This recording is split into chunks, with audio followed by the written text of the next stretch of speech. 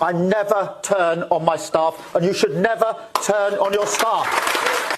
Given that in under 2 years the PM has sacked or dispatched 2 cabinet secretaries, 2 chiefs of staff, 2 directors of communications, 6 permanent secretaries, total cost of 1.5 million to the taxpayer, and had a Downing Street staff turnover faster than anything we've seen, would you like to repeat that assertion from the Prime Minister that he never turns on his staff? Well, look, in the circumstances as we've just been talking about, there are clearly accountabilities that people have for the performance of their roles in government. And permanent secretaries have to be able to command the confidence of their secretaries of state, because as ministers we rely on their leadership and the leadership of the civil service to make sure that they are adequately operationalising the political decisions. 2 cabinet secretaries, 2 directors of comms, 2 chiefs of staff in just under 2 years, and the PM says the buck stops with him and doesn't blame his staff?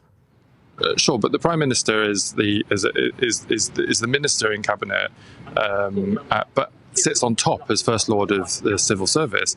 500,000 civil servants? The Prime Minister can't be accountable for the actions of 500,000 people's work every single day. Would you like to repeat the assertion that the Prime Minister never turns on his staff and he always carries the can?